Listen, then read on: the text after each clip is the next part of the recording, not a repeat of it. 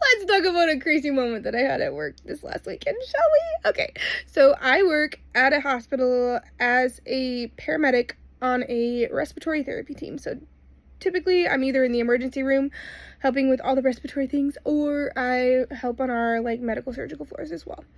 But this particular night I was in the emergency room and I was doing all the things because it was so freaking busy. Okay, it was so busy and everybody was running everywhere and doing all the things, and the doctor stopped me in the hallway, which usually I get, it's fine, but she stopped me in the hallway. She was like, we need to start this higher level of oxygen in this room. This patient has been on 5 liters oxy masks. She's just needing more support. She's had luck with high flow in the past. That's what they wanted me to put her on. So I was like, okay, cool.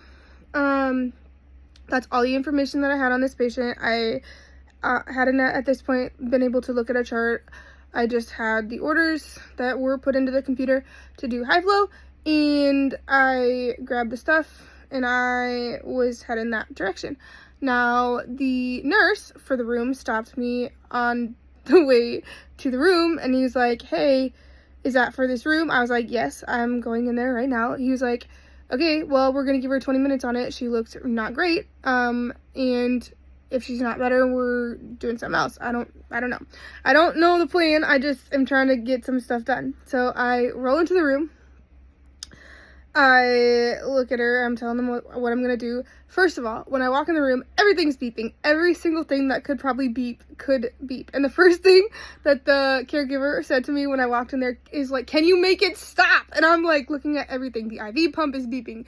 The monitor is obviously beeping because she's not looking fantastic. And the machine that I just brought in the room is also now beeping because I don't know why. Then, to top it all off, my phone throws a trauma alert. Now, I had which if you've ever heard it is like awful. Okay, it's an awful sound as it should be, which anyway, so I start hooking up the things that I need to hook up to get this situation under control for myself. I don't have any nurses anywhere to fix some of the beeping, so I just silence it because I can tell, I have enough knowledge to know that it's not doing what it's supposed to do, so it needs a nurse to come fix it. It's fine for me to silence it. I wasn't acting out of, I know that it was fine. So I just stopped some things for a moment, hook my stuff up, and then she's like, I need to go to the bathroom.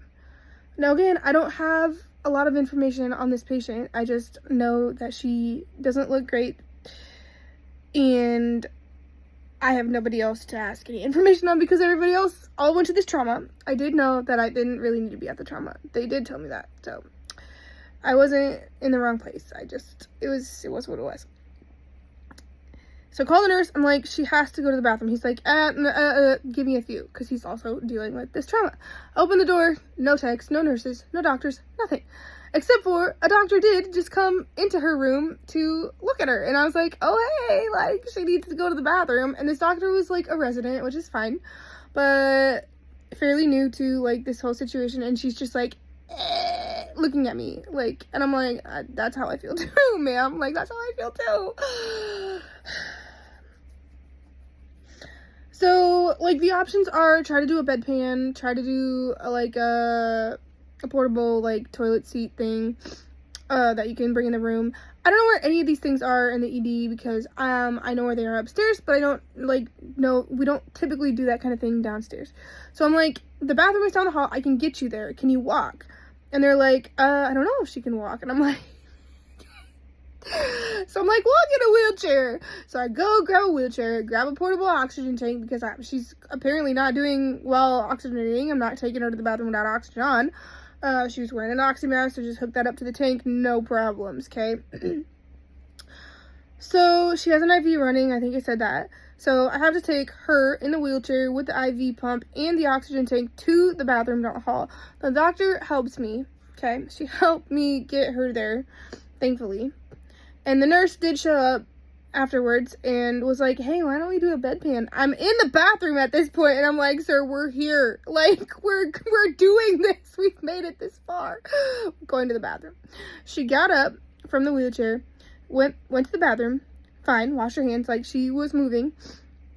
Gets done, turns around, flails herself back into the wheelchair, just like flops. And I'm like, okay.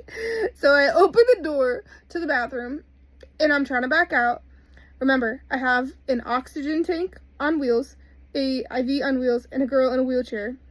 And I look around me, girl's caregiver not in the hallway, nurse not in the hallway, doctor not in the hallway. I'm like, are you there? And they're like, crickets. Like, there was nobody in the hallway. So now I'm trying to wheel backwards at this point down the hallway with a girl who's in an IV pole, in an oxygen tank, all at the same time by myself. So, I'm like maneuvering down the hallway. Somehow I am doing it. I have rigged the situation to where we're moving. And the doctor comes finally running back down the hallway, and she sees me, and she's like, oh, okay, let's get her back. She's like, this is actually quite impressive what you're doing. And I'm like, thank you. So we get her most of the way down the hallway. Again, IV pump still beeping. My equipment still beeping. She's not on the monitor right now because she's going to the bathroom. A nurse shows up at the end of the hallway. I am not a commanding person whatsoever. I looked at her eyeballs. I said, you come help me right now. And she said, oh, okay. What do you need? And I was like, fix this IV pump, please. So we get back in the room, we get her all situated. Everything's all discombobulated and tangled because we have just done all the things. Okay, so we get down to the room, get her situated. She's still circling the drain, which is, it is what it is at this point. She gets back in bed.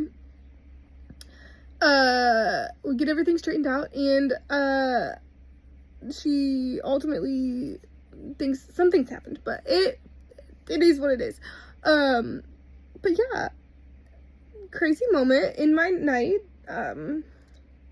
It was an adventure, to say the least. So I just wanted to share. I don't know why, just because I thought it was funny, and looking back on it, I still think it's funny.